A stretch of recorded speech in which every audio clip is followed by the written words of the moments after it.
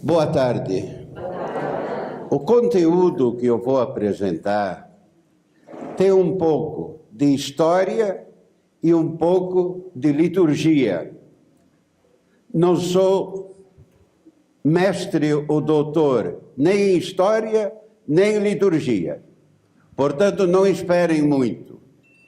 É uma tentativa para apresentar uma síntese histórica de como surgiu o culto oficial de Nossa Senhora das Dores, porque o culto popular existia já muito tempo antes, inclusive nas origens da nossa ordem.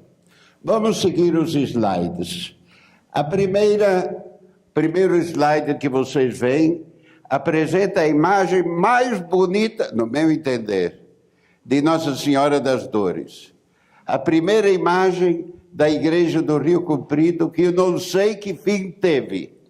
Olha que olhar bonito. Não é aquele olhar desanimado, choroso e triste. É um olhar confiante, né? Olha a expressão linda.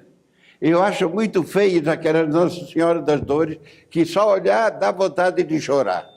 Uma é aquela que está lá fora do nosso convento em São José dos Campos. Chega e está até meio torta, né? A Maria estava de pé, junto à cruz. Isto é, firme, cheia de personalidade e convicção, não estava chorosa, não estava desanimada, tinha plena consciência de estar participando e colaborando com Jesus no mistério de redenção da humanidade. História do culto a Nossa Senhora das Dores. Seguem alguns dados sobre a história do culto da festa litúrgica de Nossa Senhora das Dores na Igreja e na Ordem dos Servos de Maria, e sobre a devoção a Nossa Senhora das Dores ou da Piedade aqui no Brasil. Esses dados se fundamentam no dicionário mariológico do De Fiores e nosso confrade fundamentam-se em outras fontes litúrgicas e históricas da nossa ordem e da Igreja. O primeiro documento que fala da festa litúrgica de Nossa Senhora das Dores é um decreto do Concílio Provincial de Colônia, Alemanha. Vejam a data, 1423. Até aquela data não havia um culto estruturado e oficializado dentro da Igreja. Este decreto introduz na região alemã essa festa como reparação dos ultrajes dos seguidores de João Hus contra as imagens do crucificado e da Virgem Maria ao pé da cruz. Foi um decreto conciliar provocado por acusações dos neoprotestantes que estavam surgindo. Diz o decreto. Leia, Renan. Ordenamos e definimos que de agora em diante a comemoração da angústia e da dor da bem-aventurada Virgem Maria seja celebrada todo ano, na sexta-feira, depois do terceiro domingo da Páscoa. O que evocava esta festa? A festa evoca a cena do Calvário, quando Jesus, na cruz, faz entrega, em latim, commendatio, recomendação, entrega. Faz entrega da mãe aos cuidados de João. Filho, eis aí a tua mãe. Então, a primeira festa era isso que celebrava. A recomendação, a entrega de Jesus, de sua mãe, ao apóstolo João, para que cuidasse dela. Porque naquele tempo, mulher viúva ficava, como dizia o Frei Eduardo, um dominicano, uma vez, fazendo uma palestra para nós, ele dizia assim: mulher viúva, no tempo de Jesus, ou vivia como mendigo, ou virava prostituta para sobreviver. Porque naquele tempo, mulher não tinha direito a nada. Não tinha direito à propriedade. Vocês nunca notaram o Evangelho de Lucas, quando descreve a visitação de Maria à sua prima Isabel? Diz que Maria chegou à casa de Zacarias e cumprimentou Isabel. Isso é, a casa era de Zacarias, não era dos dois. Entende? Então Jesus fez entrega de Maria ao apóstolo para que cuidasse dela. De fato, e o discípulo a levou junto consigo para o que era próprio, para o que era seu, para a sua casa. Era isso que lembrava a primeira festa litúrgica instituída na igreja. Agora, olha outra data. Em 1482, o Papa Sisto IV inseriu no missal romano a missa de Nossa Senhora da Piedade, que também evocava a presença de Maria ao pé da cruz. Isso fez com que a festa se difundisse com várias denominações, em datas diferentes. Então, Nossa Senhora da Piedade, que hoje a gente identifica com a Pietà de Michelangelo, né? Lembrava a presença dela ao pé da cruz, como mostra o quadro aí ao lado. E essa festa tinha vários nomes. Vamos vê-los. Chamava-se Transfiguração do Coração de Maria, chamava-se Compaixão de Maria, Lamentação de Maria, Pranto de Maria e finalmente se chega a 7 dores de Maria. Isto é, passa-se da cena ao pé da cruz para outras dores de Maria, as 7. 3 da infância, como nos recorda a coroa de Nossa Senhora das Dores e a Via Matriz. 3 da infância, a profecia de Simeão, a fuga para o Egito e a perda de Jesus no templo, e 4 dores do sofrimento da paixão e morte de Jesus. O encontro a caminho do Calvário, Maria ao pé da cruz, Maria recebe nos braços o cadáver de Jesus e o seu sepultamento. E a festa era celebrada antes ou depois da Páscoa. Isso em 1482. Vamos adiante. Zezinho, leia. Os servos de Maria, muitos se empenharam na expansão do culto a Nossa Senhora das Dores. Agora vamos aos servos de Maria. 2 episódios. Vejam bem, 2 episódios. Leia, Quinto. 2 episódios ocorridos no início da ordem mostram que os servos de Maria, desde as origens, veneraram Santa Maria também a partir das dores que ela sofreu como mãe de Jesus, embora o culto de Nossa Senhora das Dores não estivesse ainda estruturado na liturgia da igreja. Não estava na liturgia da igreja, como a gente vê, mas já estava no culto popular, né? Vamos ver em seguida quais são esses 2 episódios da nossa ordem. Leia, Valdo. Primeiro episódio, a legenda de São Felipe. Lá que certo dia, São Felipe Benício e Frei Vitor encontraram pelo caminho dos frades da ordem... 2. Encontraram pelo caminho 2 frades. Da ordem dos pregadores, os quais ficaram surpresos ao ver aqueles frades com um hábito desconhecido e curiosos, perguntaram de onde vinham e a que ordem pertencia o hábito preto que vestiam.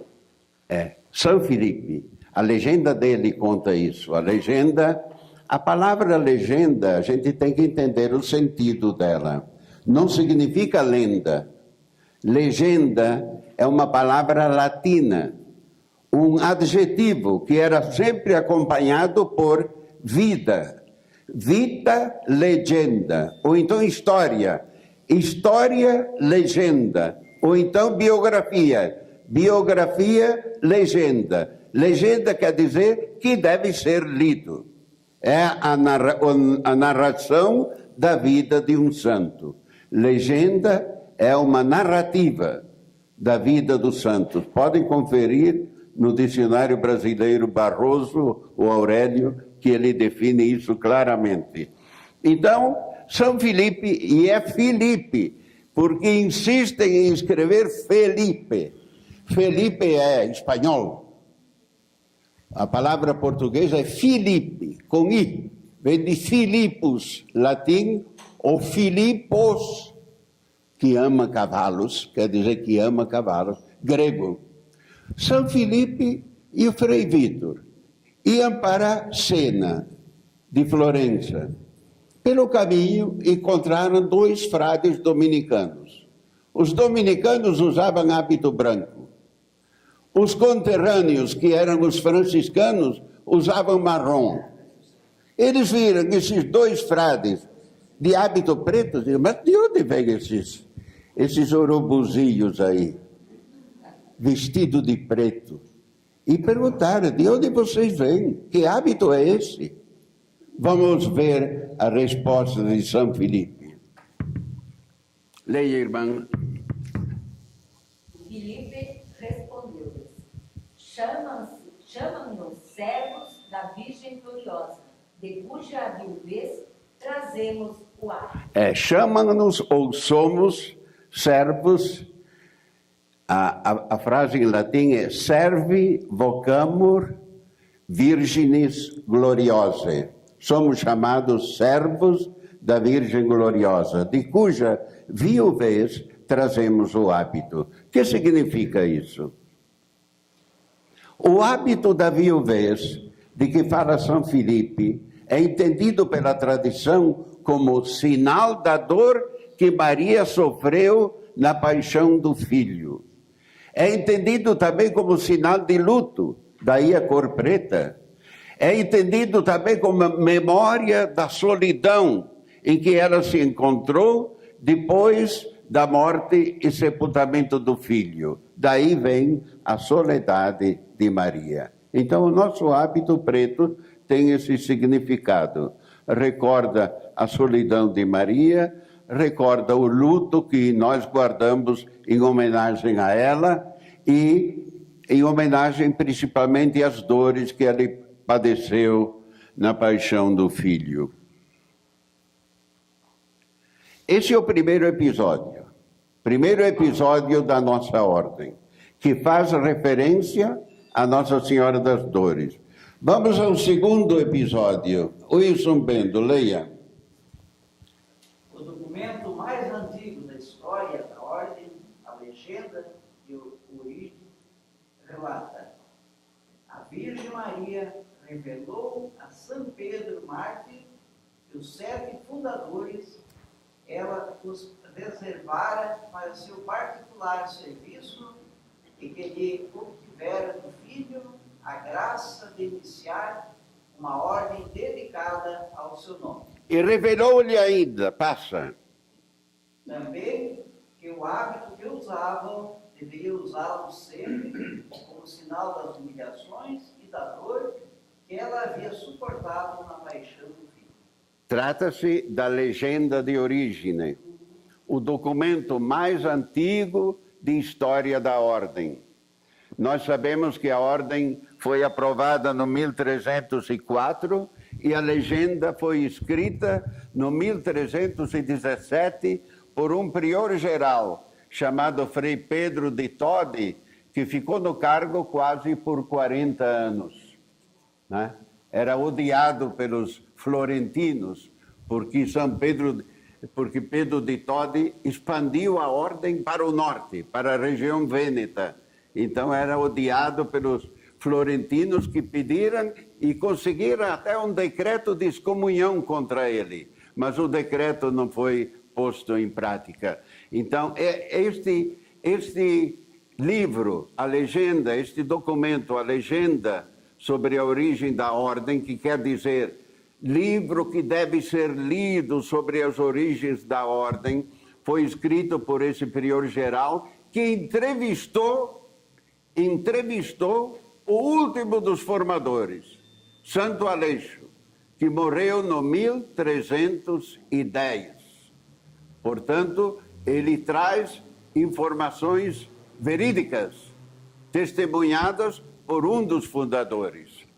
Então, nesta legenda está esse número, não me lembro que número é da legenda, que diz que o hábito que eles usam, que os fundadores usam, é um sinal das dores e das humilhações que Maria sofreu ao pé da cruz.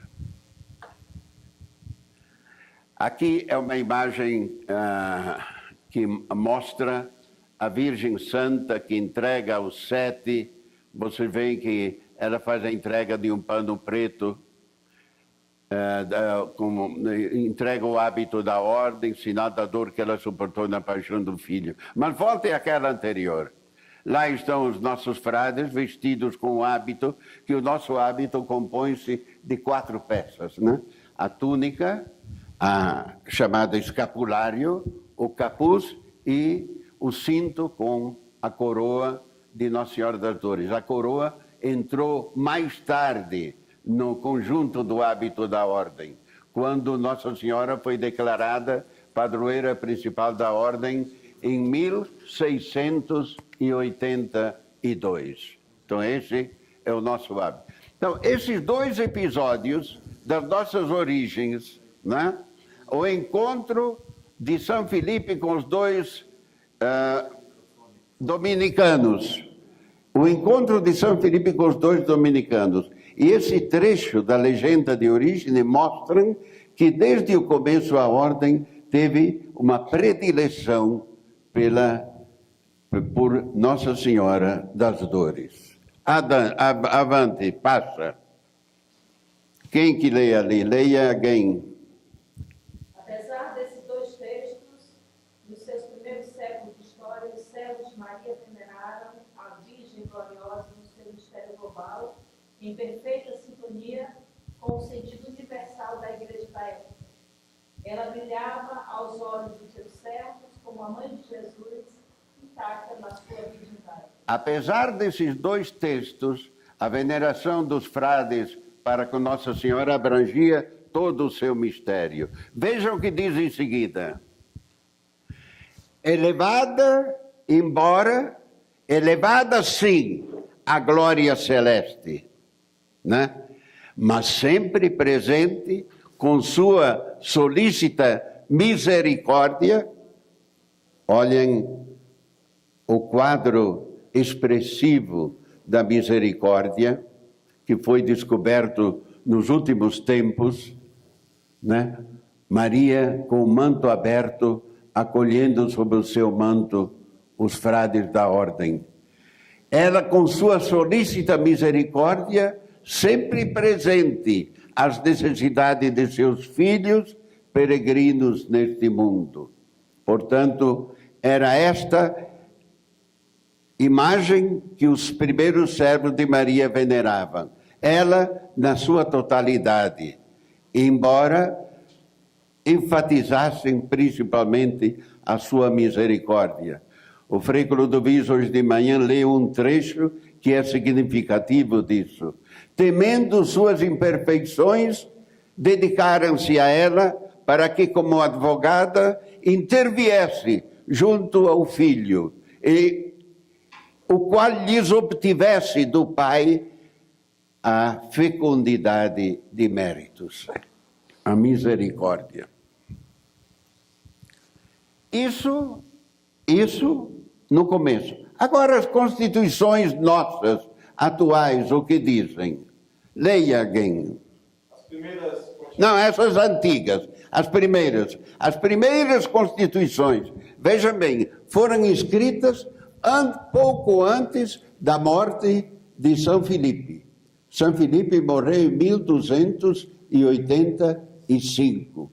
As constituições antigas, chamadas Antique Constituciones, foram aprovadas provavelmente no 1283, antes da morte de São Filipe. O que diziam então?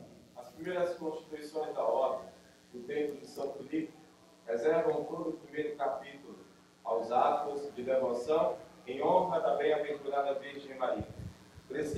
Prescreviam 2 missas semanais, a Ave Maria no início das horas canônicas, a Salve Rainha no final de cada hora canônica e da refeição, e a vigília de Nossa Senhora todas as noites. O primeiro capítulo das Constituições. E esse capítulo ficou nas Constituições até a reforma de 1968. Houve pequenas reformas da ordem lá pela Idade Média, né? 2, 3 reformas, mas o capítulo primeiro, dedicado a Nossa Senhora, sempre permaneceu. Só desapareceu na última reforma, de 1968, onde estes pontos referentes a Maria os encontramos sim, mas esparsos aqui e acolá, como recordou hoje Frei Clodovis na sua palestra. E as constituições atuais, o que dizem? Alguém leia. E o artigo 6º das atuais constituições da Ordem Servo de Maria confirmam essa tradição e prescreve que os servos de Maria, desde as origens, dedicaram-se à Mãe de Deus, a bendita do Altíssimo, honraram Santa Maria como sua Senhora e com atos de particular veneração, dando-lhe suas alegrias, suas igrejas, organizando suas festas e celebrando sua memória sábado ao término de cada dia. Sim, então, nas atuais constituições, o artigo 6º, depois artigos seguintes ainda insistem, desde as origens dedicaram-se à Mãe de Deus, a bendita do Altíssimo. Honraram Santa Maria como sua Senhora, solenizaram as suas festas, dedicaram suas igrejas, celebraram e celebram a sua memória aos sábados e ao término de cada dia. Avante. E o que mais? Leia alguém. Nossas constituições atuais destacam também a predileção da ordem pela devoção de Nossa Senhora das Dores. Primeiro, pedem para celebrar a memória de Nossa Senhora das Dores, que, tendo participado da missão do servo sofredor de Javé, foi associada à sua glória.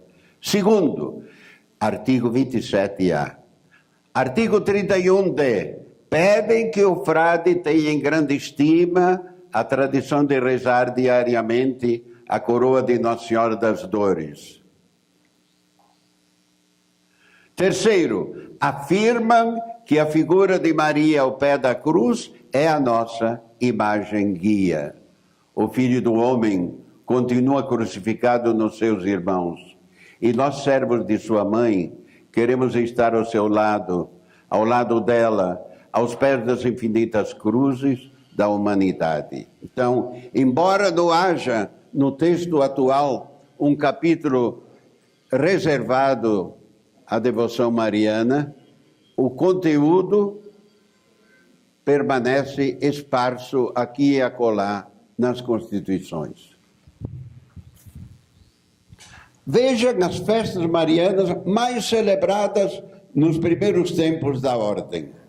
Não era Nossa Senhora das Dores. Vejam lá.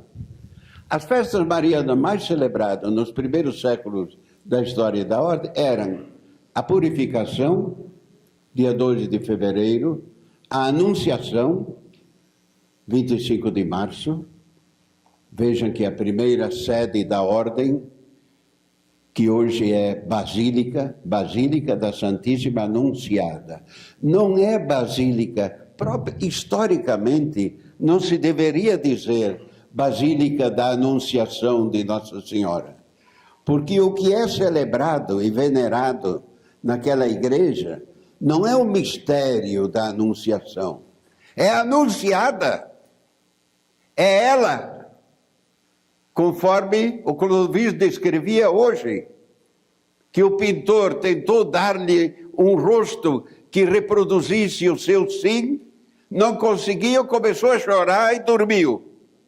Quando se deu conta, apareceu a imagem com o rosto completo, perfeito, como é a gente olhando de perto. Então, é uma basílica dedicada à Santíssima Anunciada, aquela que foi anunciada e aceitou o anúncio do anjo. E a Natividade, 8 de setembro.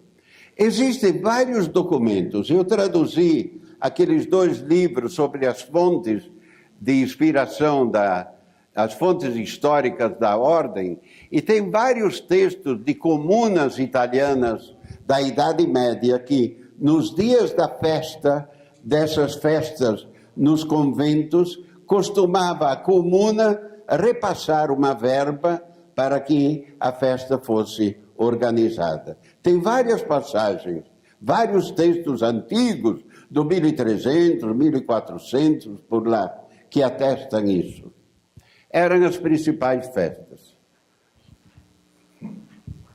Assim, nos primórdios, o resumo, nos primórdios da ordem, a devoção mariana não destacava nenhum aspecto específico da vida de Maria como característica própria da ordem, mas abrangia todo o seu mistério.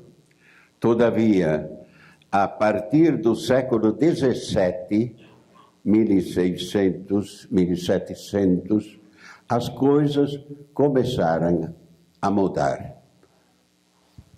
Em 1668, a Congregação dos Ritos autorizou a ordem a celebrar a missa votiva das 7 Dores de Maria.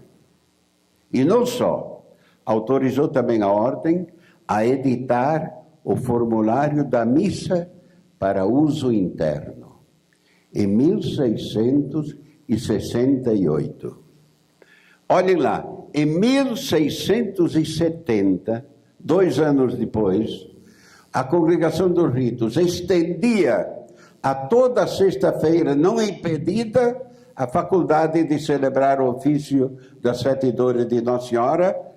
Agora vejam as palavras da Sagrada Congregação, como uma devoção propriamente e principalmente pertencente à dita ordem. Mais adiante um pouco, em 1689, os capítulos das províncias italianas aprovaram que a celebração das 7 Dores, no 3º domingo de setembro, fosse declarada festa principal e solene, própria da ordem. 1689. Numa regra para noviços, uma regra para noviços da ordem, vigente no século XVII, nos conventos da Áustria, Boêmia, Alemanha e Hungria, afirma-se explicitamente que a finalidade específica da ordem é a meditação da paixão de Cristo e das dores que a Virgem sofreu na paixão de seu Filho e em outros momentos da vida de Cristo. Isso é, nestes séculos XVII, XVIII, caracteriza-se a ordem como uma ordem que tem devoção própria a Nossa Senhora das Dores, o que não era assim no início da história. Finalmente, Finalmente, em 9 de agosto de 1692, Nossa Senhora das Dores foi proclamada padroeira principal da Ordem. O Papa Inocêncio XII, ratificando o decreto anterior da Congregação dos Ritos, concedia aos frades e irmãos da Ordem a faculdade de celebrar a festa das 7 Dores de Nossa Senhora no 3º domingo de setembro, com ofício e missa próprios. 1692. Vamos adiante. Em 1814, Pio VII estendeu a toda a Igreja Latina a festa das 7 Dores, no 3º domingo de setembro, ordenando que se utilizassem os mesmos formulários da missa e do ofício divino em uso na Ordem dos Servos de Maria. Então, os textos litúrgicos da Igreja foram assumidos, os textos litúrgicos da Ordem foram assumidos como textos litúrgicos válidos para toda a Igreja neste período, neste ano de 1814. Depois, a gente sabe que em 1911 o Papa Pio X fez uma ampla reforma litúrgica e quis enfatizar a importância do domingo, como diz o próprio nome, domingo, dia do Senhor. Por isso, tirou a festa de Nossa Senhora das Dores do 3º domingo de setembro e a fixou para o dia 15 de setembro, que pode não ser um domingo. Por fim, agora nos tempos modernos, o calendário romano promulgado em 1960 suprimiu a comemoração da Sexta-feira de Paixão que existia desde o ano de 1400 e tanto. E manteve só a festa de setembro sob o título de Nossa Senhora das Dores. Havia 2 festas. Continuava aquela festa introduzida pelo decreto do Concílio de Colônia e continuou em datas diferentes, né? Mas continuou sempre. Em 1960 foi suprimida esta festa da Páscoa e confirmada apenas aquela do dia 15 de setembro. Todavia, a memória da Virgem Maria ao pé da cruz, celebrada na sexta-feira da 5ª semana da Quaresma, permaneceu no calendário da Ordem, aprovado pela Igreja. Isso foi tirada do calendário eclesial, mas permaneceu no calendário da Ordem. E nós continuamos celebrando até os dias de hoje. No século XVIII, vejam o que acontece. Momento de grande efervescência e florescência da devoção a Nossa Senhora das Dores, várias congregações femininas filiaram-se à Ordem, atraídas pela devoção a Nossa Senhora das Dores. Algumas têm a indicação no próprio nome, outras só no carisma. Servas de Maria, irmãs da Mãe Dolorosa, servas de Maria, da Índia, a maior congregação da Ordem, que tem mais de 1000 associadas, mais de 1000 irmãs, está espalhada principalmente na Índia, em Myanmar, e tem até comunidades na Itália. As servas de Maria reparadeiras, as reparadoras que quando fundaram o convento de Devoto, Passava as crianças da frente, hermanas reparadoras. Um dia uma chamou a irmã, hermana, pero lo que reparam ustedes? Reparadora lá é alguém que conserta sapato, alguém que repara, né? Então, a Serva de Maria Reparadoras, uma das grandes congregações da ordem, que acompanhou a nós frades aqui, que vem nos acompanhando desde 1920. Elas têm, a Serva de Maria Reparadora tem um quadro de Nossa Senhora das Dores que se encontra em todos os conventos dela. Que nome tem aquela imagem? Aquele quadrinho bonito de Nossa Senhora, que veio lá, o original está em Rovigo. É Nossa Senhora das Dores, né? Muito bonito o quadro. A Serva de Maria de Galeassa, cujo fundador, elas continuam chamando Ferdinando, mas nós chamamos de Fernando, porque costumamos traduzir os nomes, né? Depois que a pessoa morre, pode-se traduzir o nome. A gente não diz São Filippo, é São Felipe. Então, o bem-aventurado fundador das Irmãs de Galeassa tinha uma devoção toda especial a Nossa Senhora das Dores. E ele manteve ao longo de sua vida frequentes contatos com o superior geral da nossa ordem, era muito ligado à ordem. Por isso, embora não esteja no nome Servas de Maria de Galeassa, o carisma delas inclui esse aspecto. As Servas de Maria do Brasil, que começaram em São Gonçalo, depois realmente foram confirmadas mais em Jacarepaguá. Elas foram fundadas pela madre, como é o nome dela? Cecília? Cecília. E o padre? Padre Lino Minelli, que colaborou junto com ela, com a fundadora, né? E a Serva de Maria Dolorosa de Chioggia. Chioggia é uma cidade italiana lá próxima da região de Veneza, né? Também. Pois é Vêneto. Vêneto, da região Vêneta.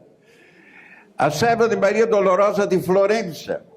Em Florença. As Irmãs Mínimas de Nossa Senhora das Dores, fundadas em Bolonha por Santa Clélia Barbieri.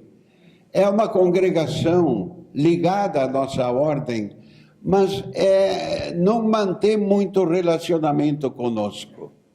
Inclusive, elas têm uma casa aqui no Brasil. Onde que é? Em Salvador, não é? E eu descobri o endereço delas e mandei uma carta para elas, pedindo que mandassem o endereço para a gente poder se comunicar por correspondência, por informativo. Elas não responderam. E o Frei Divaldo, quando era provincial, esteve lá e foi visitá-las, mas ele teve a impressão que elas não deram muita confiança.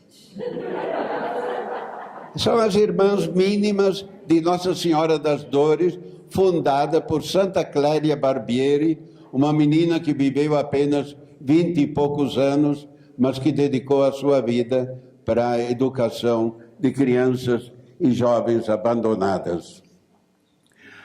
As Missioneras de Maria Dolorosa, do México. A Serva de Maria Dolorosa de Nápoles. A Serva de Maria Dolorosa de Nocera. E depois tem outras congregações. A ordem tem 19 congregações femininas, mais as monjas. Tem a Federação Espanhola, tem uma federação italiana e tem mosteiros independentes aqui e acolá. Em Moçambique são 3 agora, né? São 3 mosteiros em Moçambique. Foi nesse período do século XVIII, que se difundiram os exercícios de piedade em honra de Nossa Senhora das Dores, a coroa e a Via Matriz. Os frades mais jovens não distinguem direito. Nós que entramos há mais tempo na ordem, sabemos muito bem que uma coisa é a coroa, outra coisa é a Via Matriz. porque toda sexta-feira, no Seminário Menor de Turvo, a gente rezava a Via Matris. Os quadros da Via Matris na parede, e do mesmo modo como se reza a Via Sacra, passando em procissão de um quadro para outro, reza-se a Via Matris. Isso é, o caminho da mãe. Matris não quer dizer matriz. É o caminho da mãe. Assim como a Via Sacra é o caminho sagrado de Jesus. Do século XVII até o Concílio Vaticano II, de tal forma priorizou-se na ordem a devoção a Nossa Senhora das Dores, que ela chegou a ser considerada como característica principal da ordem. A coroa, ali está a coroa. São as medalhas que representam as dores, 7 continhas para cada dor. Depois vocês veem na ponta 3 continhas. Nós vamos explicar o que significa isso. E a medalha maior, que traz a imagem das 7 dores. Pelo aporte que os servos de Maria deram à sua composição e pelo amor com que a divulgaram na igreja, a coroa de Nossa Senhora das Dores pode ser considerada como uma prática própria da ordem. Agora está entrando também em outros setores, como com outro nome. Como é a coroa da misericórdia? Como é? Algo semelhante, eu vi.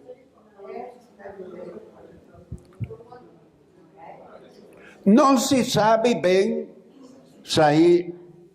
Foi publicado um livro que traz o histórico de como se formou a coroa de Nossa Senhora das Dores.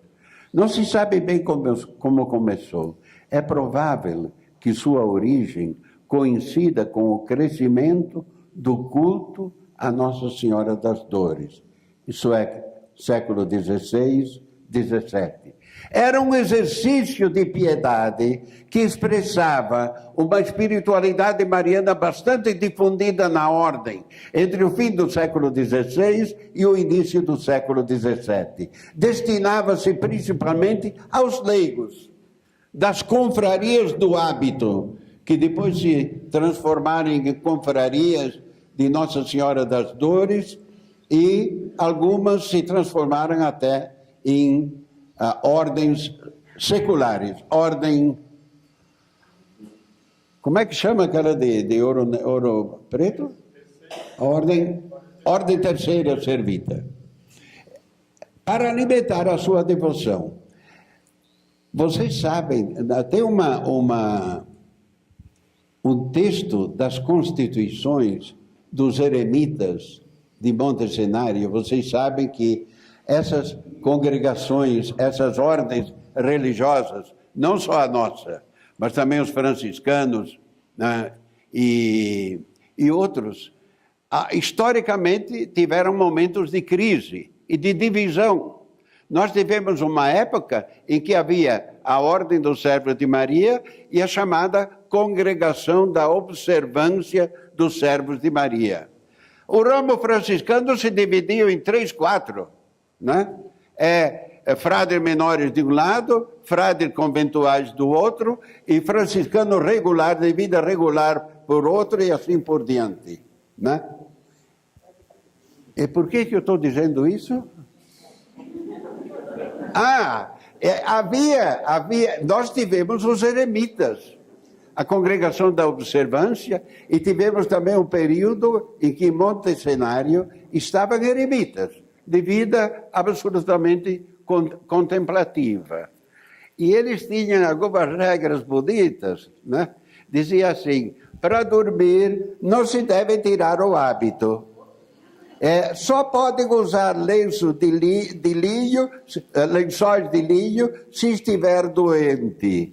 E depois, qual era a outra? E como penitência, quando um frade quebra um prato, por exemplo, ou um copo, ou qualquer coisa, ele deve ficar de joelho no refeitório e depois deve rezar.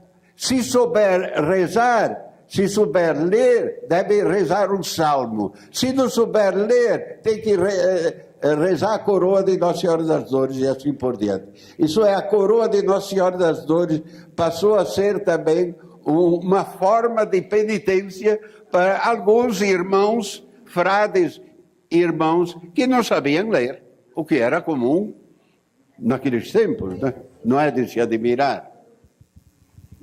E as confrarias do hábito também tinham esses casos.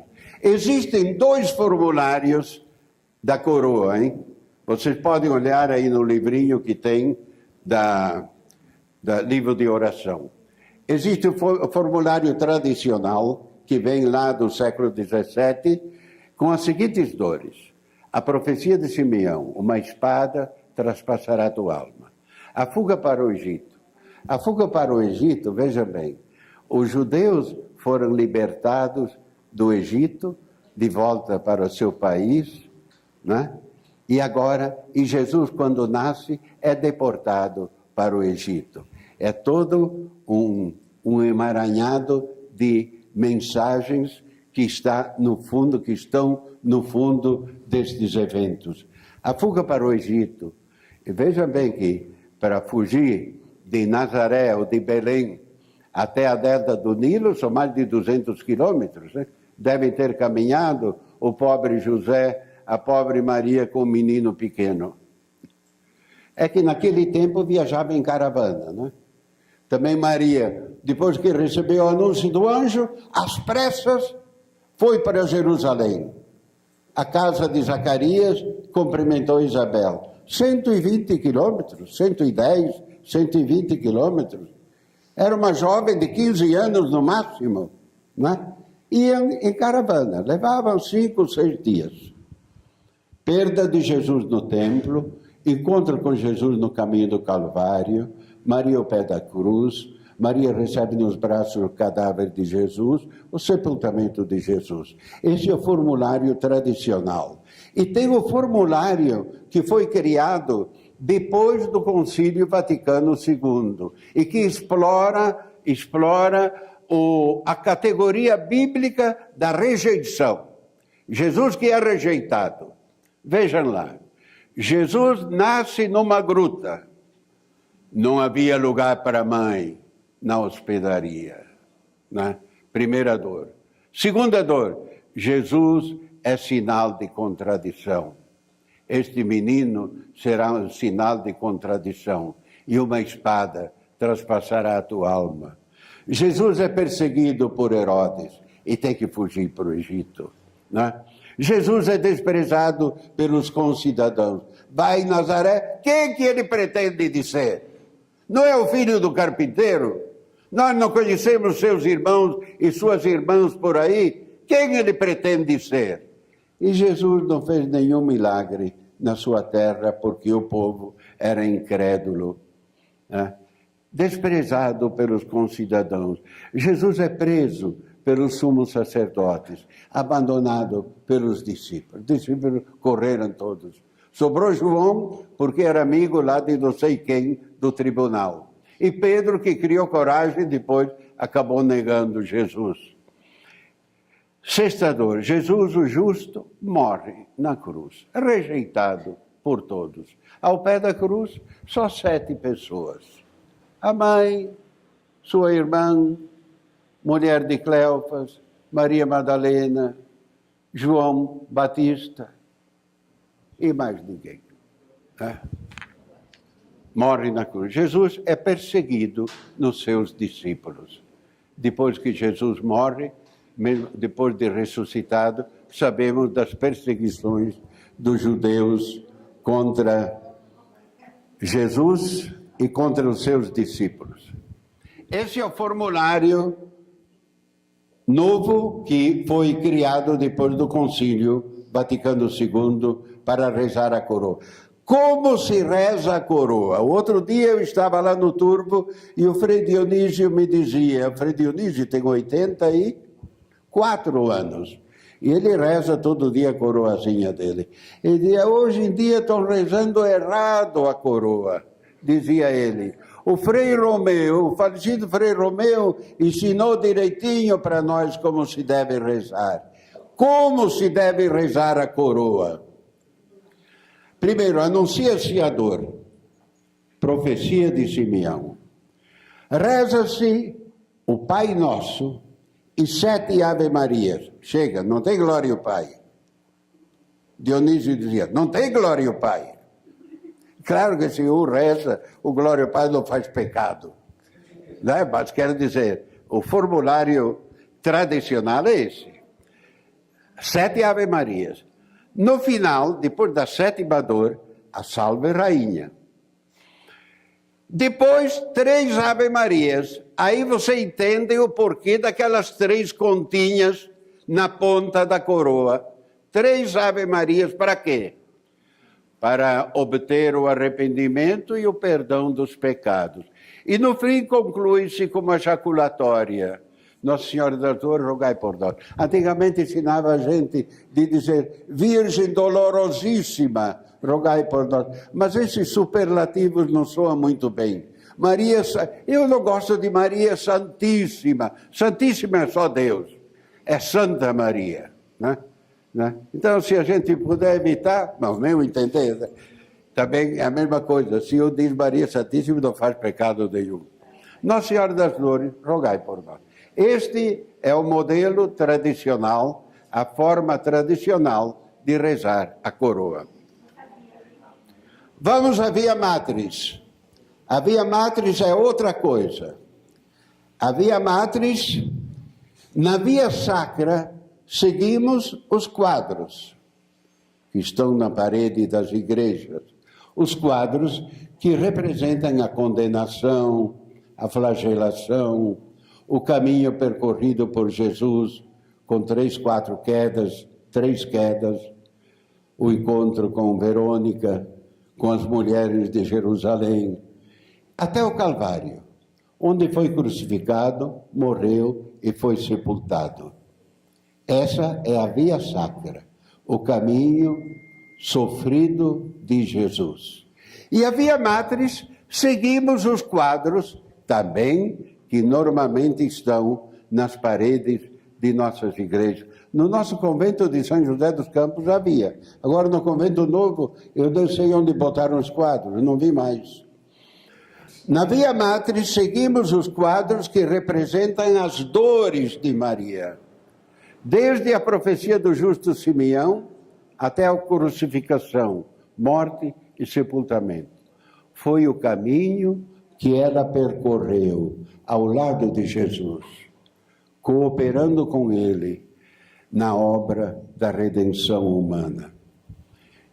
Me parece que há estudos na teologia da Igreja para, quem sabe, um dia declarar a Virgem Maria corredentora. Há estudos em andamento. O Clodovis poderia dizer melhor, mas ele não está ali. Mas, inclusive, está aí? Não tem estudos, Clodovis? Não tem estudos em curso em relação à corredentora?